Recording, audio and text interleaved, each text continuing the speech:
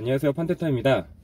오늘은 모델 3 스탠다드 레인지 플러스를 구매를 고려하시는 분들께 꽤 좋은 정보가 될 것 같아서 제가 바로 보여드립니다. 바로 시작하겠습니다. 지금 여기는 화학산로라고 극악의 코너길입니다. 네. 여기에서 지금 노면을 보시면 알겠지만 얼어 있어요. 지금은 눈이 좀 내려 있는 상태고, 네, 이렇게 지금 브레이킹도 잡고 그냥 무난하게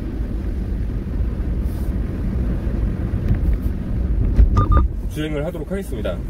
이 주행을 하면서 어느 정도를 지금 이 코너길에서 미끄러지는지 안정성은 어떤지 그런 부분들을 좀 이 영상을 통해서 볼 수 있게끔 해드리는 거고, 나름의 극한 코스임을 감안을 해주시는 게 좋을 것 같습니다. 네, 이런 길이죠. 이렇게 되면 이제 옆으로 얼마나 밀리느냐고, 이제 후륜의 경우에 이런 경우에 이제 미끄러지지 않냐 이렇게 말씀을 많이 하시는데, 사실 앞으로 미끄러지는 거는 후륜이랑은 크게 상관없죠. 물론 조금은 상관이 있지만 지금 네 바퀴가 다 한꺼번에 접지가 되는 거기 때문에 그 후륜과 전륜과는 크게 상관없고, 다만 이제 이 타이어의 접지력이랑 상관이 좀 많이 있는 편이죠. 지금은 기본 타이어고요.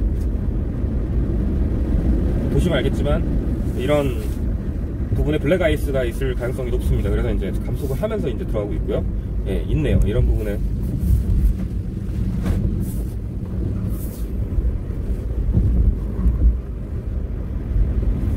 굉장히 우리나라에서 보기 드문 좀 협곡입니다.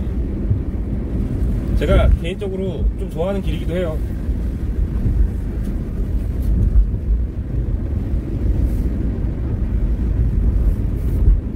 여름이나 가을 같은 경우에 좀 시원한 바람이 불고 창문을 열고 달리거든요. 지금도 창문 살짝 열어놨습니다. 이 바람 소리로 대략 속도는 가늠을 해주시면 될 것 같습니다.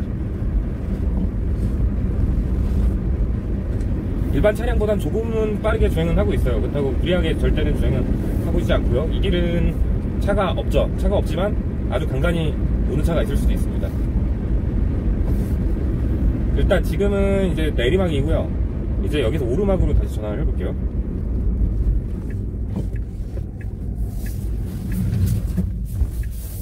자, 오르막 같은 경우가 이제 후륜이 문제가 될 수 있는 부분인데, 자, 처음부터 풀악셀 좀 밟아볼게요. 네, 하나도 안 미끄러져요. 하나도 슬립이 없었고, 지금은 영상 1도입니다. 네, 어필입니다. 모델 3 스탠다드 레인지 강원도 와인딩 코스입니다. 여기는 바이크로도 굉장히 백크각을 많이 주고 코너링을 해야 되는 곳이고요. 재밌는 코스예요. 제가 스탠다드 레인지를 좋아하는 이유는 일단 가격이 제일 싸죠. 가격이 제일 쌈에도 불구하고 와이퍼가 굉장히 준수한 성능을 갖고 있습니다. 그리고 후륜 기종들이 갖고 있는 좀 문제점들, 자, 이런 데서 토크를 쏟았을 때 BMW 같은 경우는 뒤에가 확 털리고 돌아요. 네, 오버로 날아가죠. 근데 지금 같은 경우는 잘 돌아 나가죠. 네, 그런 부분에서 굉장히 좀 운전의 즐거움을 줘요. 이 운전의 즐거움은 거의 이런 그 스탠다드 플러스임에도 불구하고 웬만한 이런 스포츠 세단에 견줄 수 있을 정도입니다. 자, 보세요. 와, 아주 살짝 이제 부하를 줬는데 이런 게 됩니다. 오, 예, 미끄러지지 않아요. 예, 좌우 트랙션도 잘 잡혀있고, 지금 예, 휠스핀이 나거나 노면을 놓치거나 하는 일이 없어요.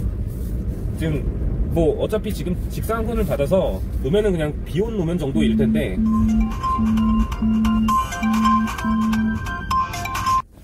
네, 지금 풀악셀을 밟았는데 지금 흙이 살짝 밀리는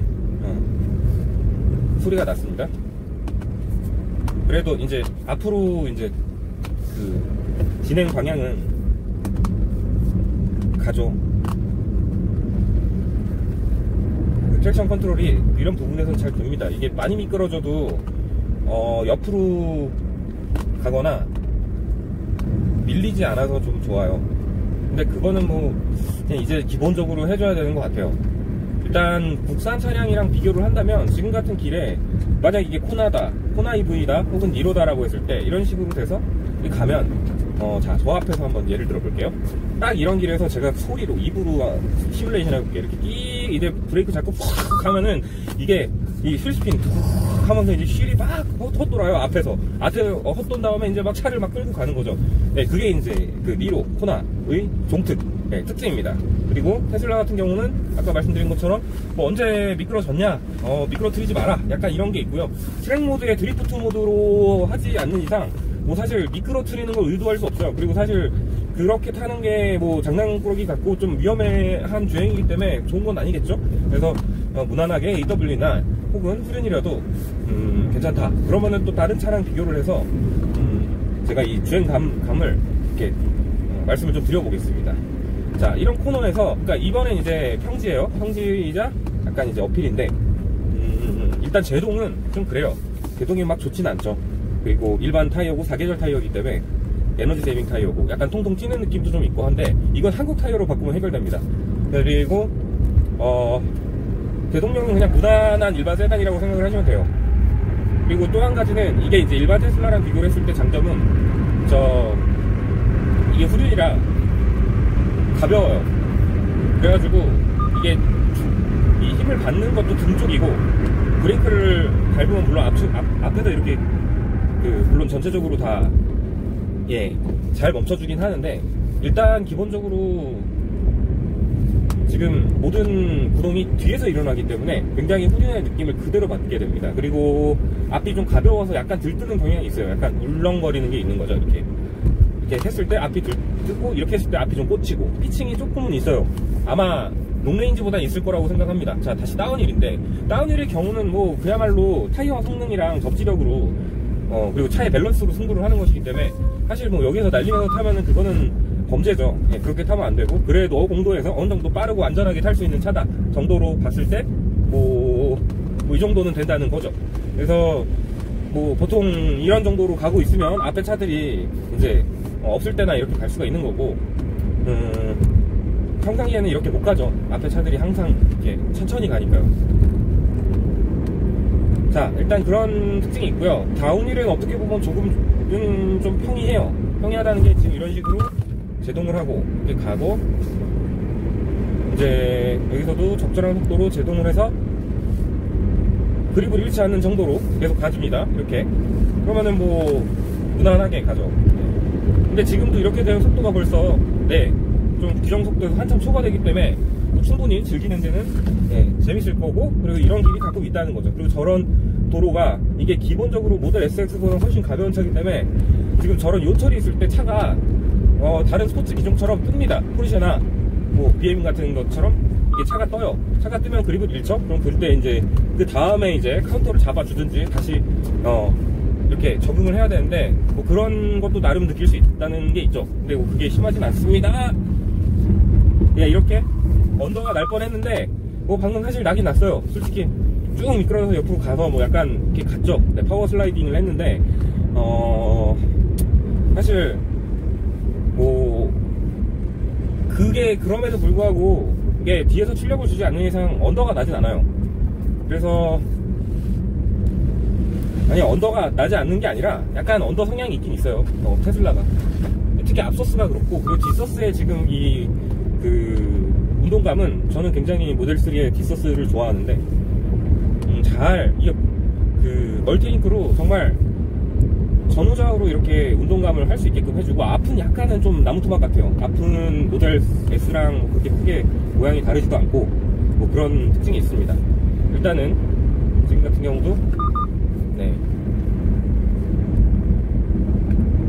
차선 유지를 하면서 어느 정도 그러니까 그 차의 특성을 좀 볼 수 있는 정도, 한계 주행 절대 아니죠. 그 정도로 지금 달리고 있습니다. 모델 3 스탠다드 레인지 플러스입니다. 자, 대략적인 특징은 조금 아실 거예요, 이제. 그러니까 지금 이런 도로나 아까 같이 그 어필 같은 경우에 급격한 도로에서 막 앞바퀴가 슬립이 나면서 막 그렇게 멜로스터처럼 그렇게 돌아가는 이 현대차 계열의 그 펀드라이빙, 전륜 펀드라이빙이죠. 그것과는 사뭇 많이 다른 것. 그리고 후륜이지만 BM처럼 막 날아다니진 않는다. 그렇다고 한들 저렇게 중앙선을 침범하고 저러면 안 되고요. 일단 저분도 조금 달리시는 것 같은데 적반하장이네요. 네. 그리고 지금 이제 후륜 기반으로 놓고 봤을 때 후륜의 단점이 될 수 있는 이제 차가 옆으로 흐르거나 이제 뭐 오버스티어가 심하지 않다, 그리고 슬립이 심하게 안 나서 일단은 좀 안정감 있게 탈 수 있다라는 장점이 있고요. 그리고 후륜의 재미를 느낄 수 있고 그만큼 또 가볍습니다. 배터리도 많이 없고 드라이브 유닛도 없기 때문에 이게 두 가지를 다 합했을 때 그 무게만 해도 한 150kg, 200kg가 빠진다고 하네요. 그러면은 이제 그만큼 중량에 대한 이점을 보게 되는 거고, 그런 만큼 가벼운 드라이빙이 됩니다.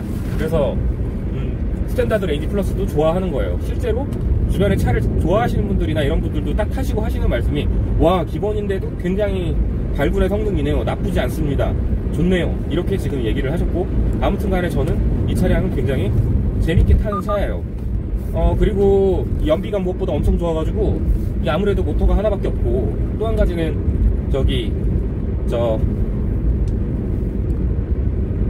무게도 그렇고 좀 전체적으로 롱레인지보다도 퍼포먼스보다도 연비는 훨씬 좋아요. 그래가지고 지금 이 화학산로를 가서 집에까지 보통 도착해서 기본적으로 속도를 좀 내면 한 300 와트아워 정도가 나와요. 그러니까 지금 3km 정도밖에 이제 연비가 안 나오거든요. 근데 지금 같은 경우는 아무리 열심히 다녀도 4km 이상 나옵니다. 그래가지고 집에서 한번 충전하고 집에서 12시간 충전하면 또 거의 완충이 돼요. 그런 정도로 연비가 좋기 때문에 사실상 약간 7호D랑 좀 비슷한 느낌이 확실히 들긴 해요. 네, 그럼 이 정도로 이 스탠다드 레인지 실제 리뷰에 대해서 말씀드리겠습니다. 그러면은 코너가 아무튼 다 만족합니다. 네, 지금 그 승차감도 굉장히 좋고, 네, 여기서 끝내겠습니다.